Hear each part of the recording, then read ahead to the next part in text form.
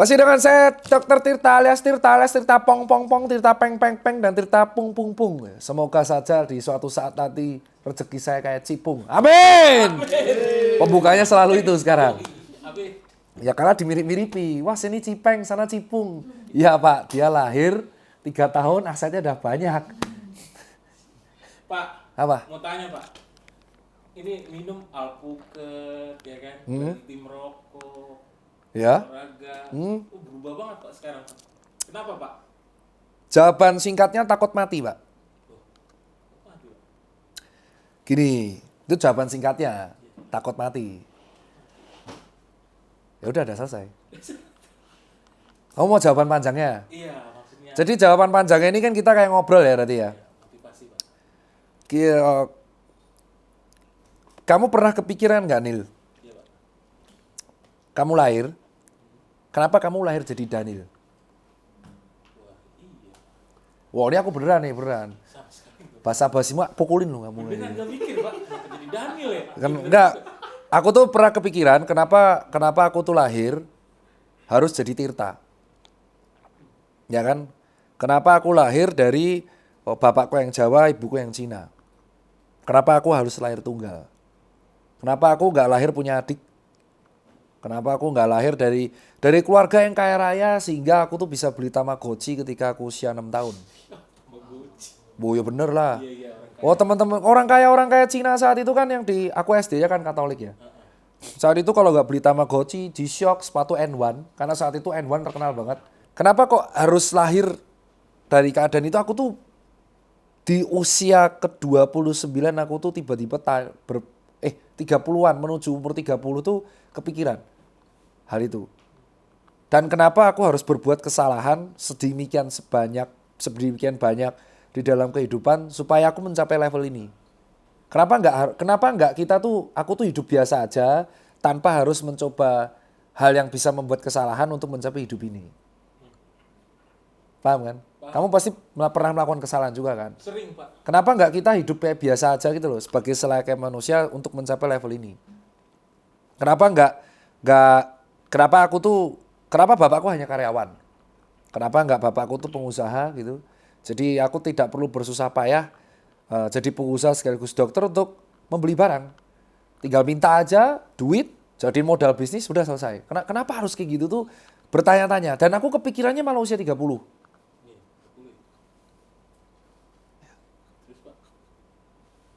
Dan akhirnya kepikiran keduanya adalah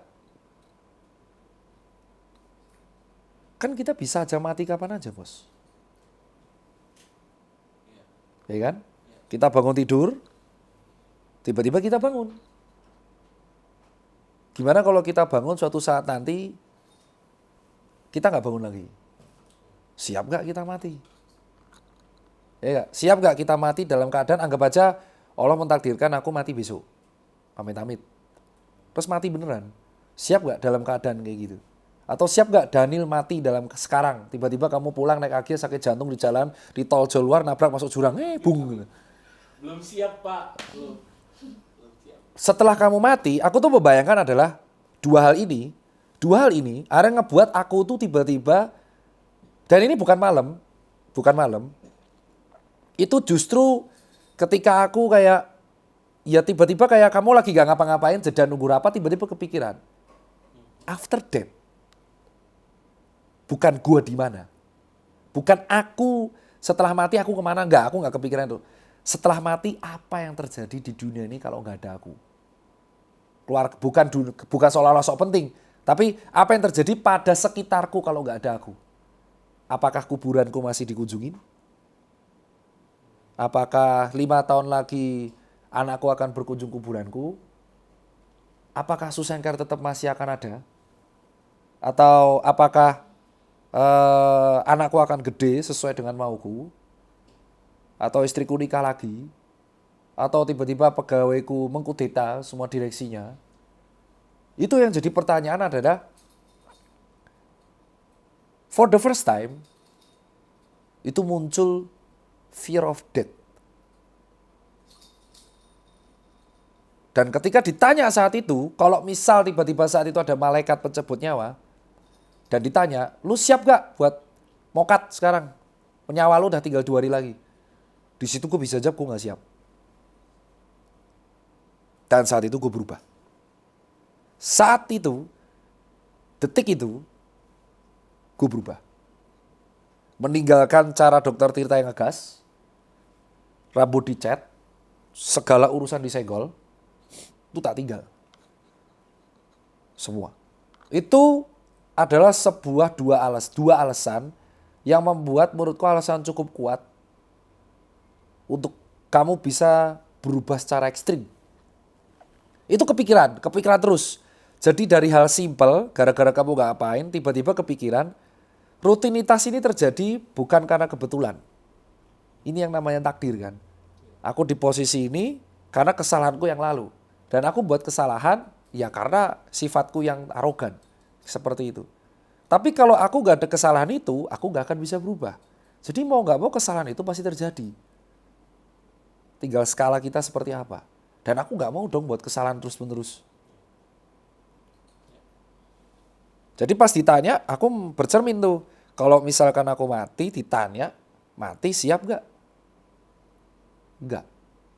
Ya ketika aku jawab tidak, pada waktu pertanyaan itu keluar dari mulut otakku sendiri, fear of death bro. Takut jadinya. Takut aku kalau besok sewaktu-waktu aku dipanggil. Dan ini kalau yang nonton, coba aja kalau kamu lagi nonton YouTube, tiba-tiba lagi makan siomay, blar petir datang, kobong. Dan bukan pernyataan, kamu mati ya udah jiwamu mungkin dikubur atau kamu ke neraka atau ke surga, udah that's it, selesai.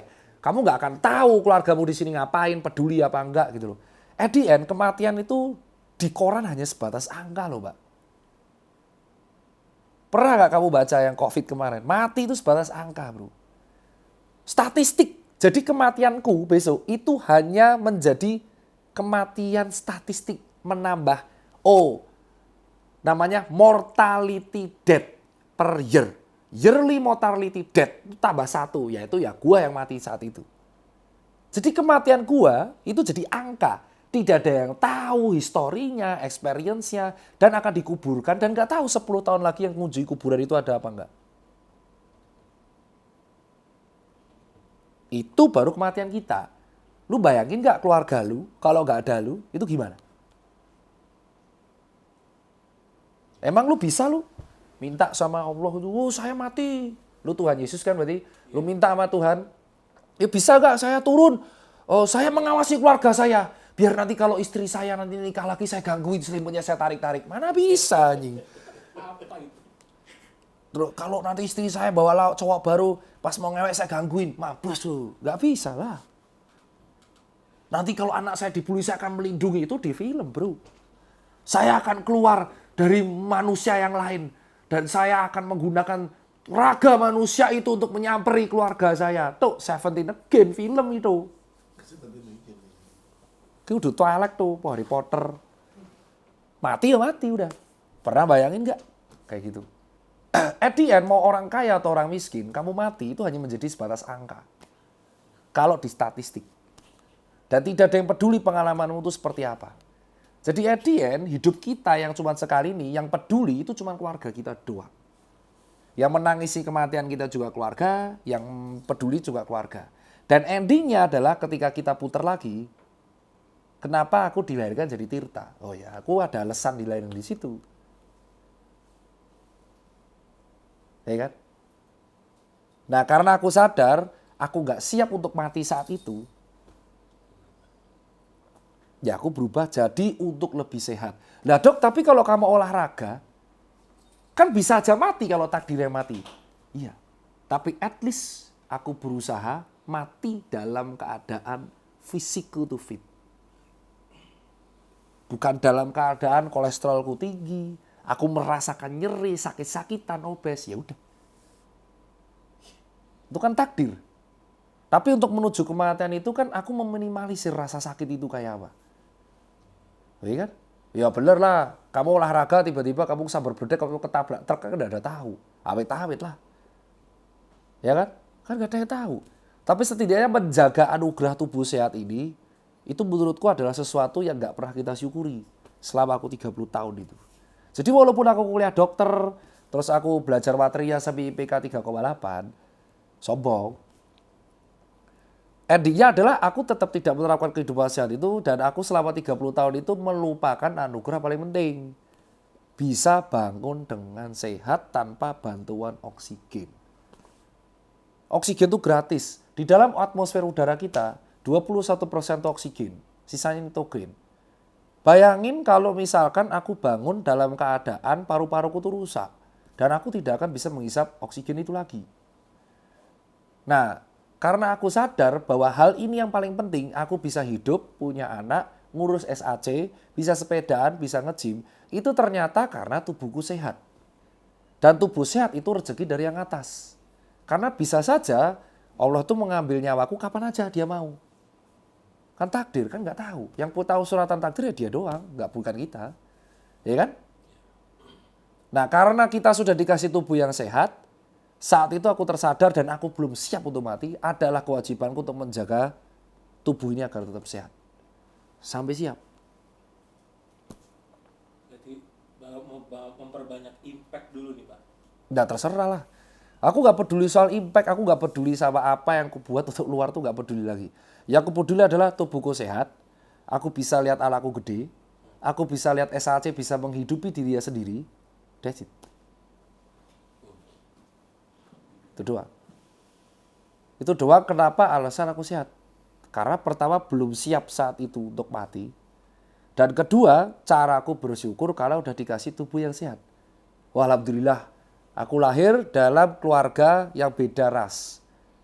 Aku lahir dalam keluarga Pak dosen dan Bu dosen, bapakku dosen, mamaku dosen. Sehingga aku memiliki kemampuan intelektual di atas rata-rata. Sehingga aku bisa jadi dokter. Caraku bersyukur adalah ya aku menjaga anugerah hidup yang udah dikasih sama atas. Gitu. Dengan cara ya olahraga, makan sehat, walaupun itu telat. Telat bagiku, harusnya dari awal. Umur berapa Pak harus? Ya dari kita kecil lah. Kalau aku pull up dari umur 15 kan tubuhku udah tinggi banget ini. Dari kecil. Iya. Ya.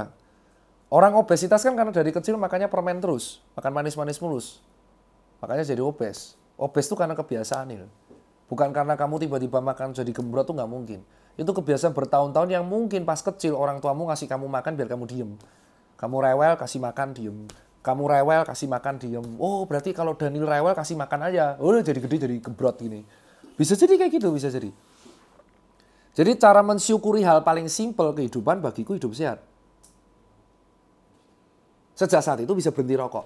Jadi kalau ditanya tipsku berhenti rokok tuh gak ada. Ya aku gak siap untuk mati aja. Ya tapi kan kapanpun bisa mati. Ya itu justru karena itu. Karena kapanpun bisa mati aku tuh gak siap. Belum siap saat itu. Maka aku langsung menjauhi semua hal itu. Kalau kepepetnya aku mati itu berarti bukan karena kesalahanku. Itu karena takdir. Paham gak? Paham. Misal gini. Amit-amit aku ngerokok terus aku mati karena kanker paru atau COPD. Berarti aku mati karena kesalahanku sendiri dong. Takdirku tuh karena aku yang diciptakan oleh, digariskan oleh Allah. Tapi aku yang mendekatkan diriku ke garis kematian. Gara-gara aku ngerokok terus. Nggak pusing ya. Jadi misal takdir mati. Terus aku tuh mendekatkan diri ke Tuhan dengan cara ngerokok terus. Bukan dengan cara sholat atau dengan cara yang lain gitu kan. Tapi mendekatkan diriku benar ke kematian dengan cara gaya hidup yang jelek gitu. Harusnya kalau aku bersyukur ya aku menjaga ini tetap sehat. Biar kalaupun takdirku mati, matiku tuh bukan karena kebodohan-kebodohannya aku lakuin terus. Ya kan kita ibaratnya kita jalan lalu lintas nyetir mobil. Kamu sudah tertib lalu lintas. Bisa aja nanti ada pengemudi yang mabuk kan, nabrak kamu penyet. Nah bisa loh contoh. Pernah nggak kejadian berhenti di lampu merah? Ya kan? Patuh dong kamu naik motor lampu merah. Ada truk blong. Kelindes semua kan? Salah nggak tuh yang naik motor?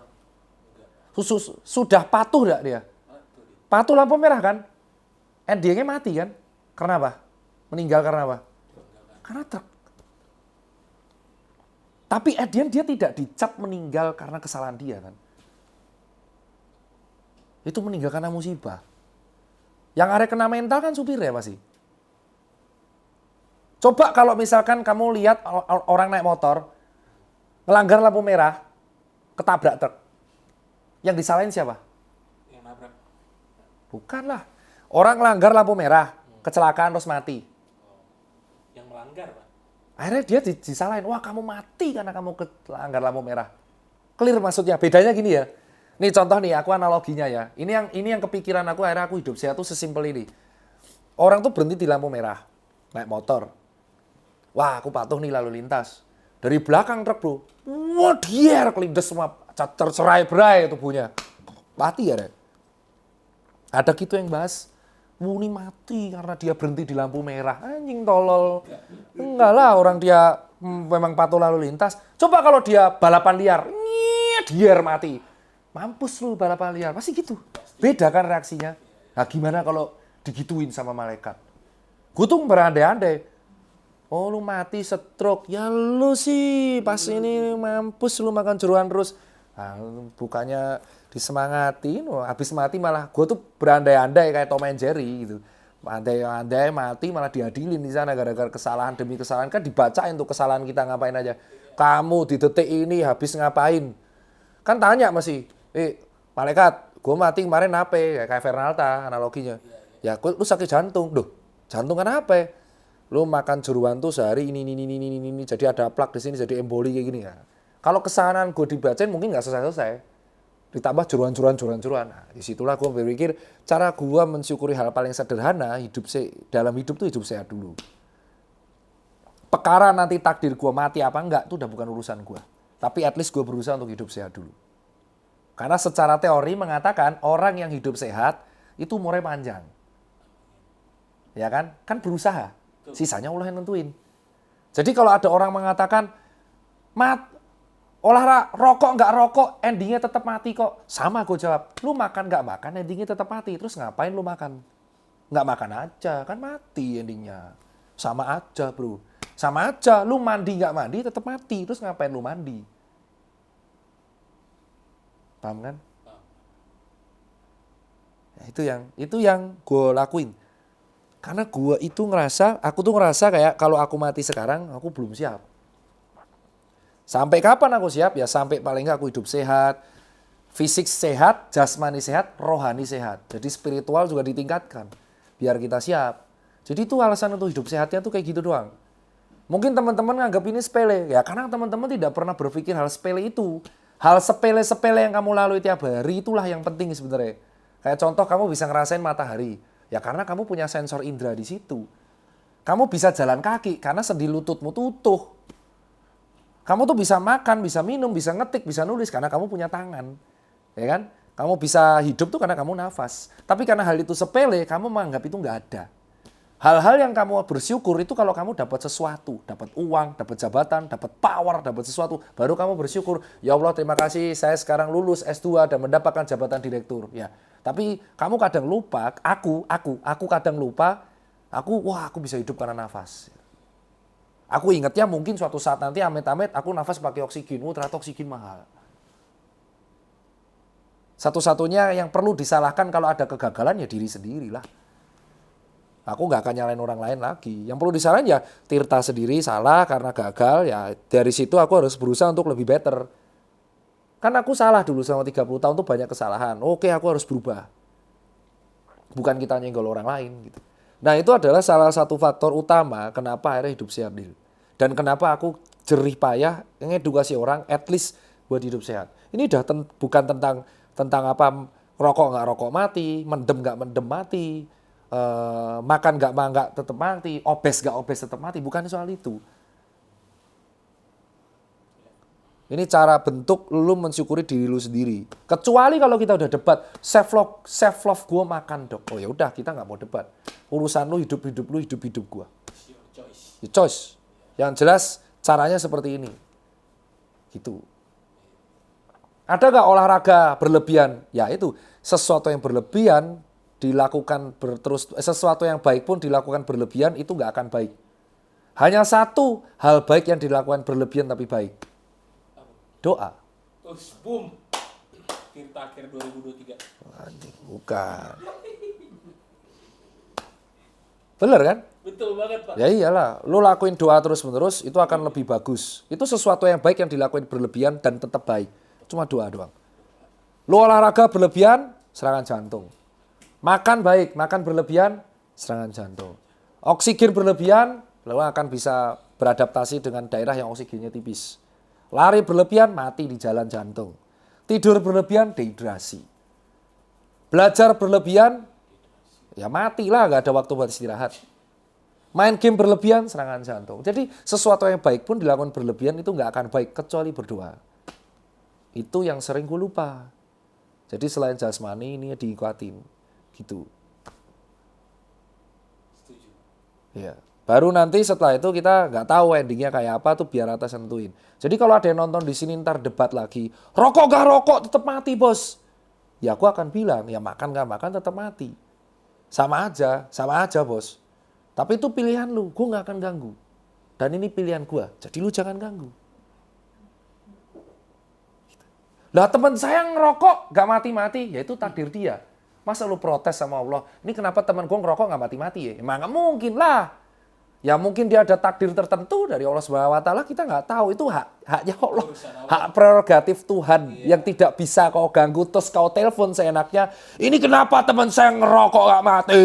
Gak bisa. Mana bisa kau telepon kayak gitu. Sedangkan saya ini kenapa hidup sehat tetap miskin? Gak bisa gitu juga. Itu takdir yang gak bisa dia gugat.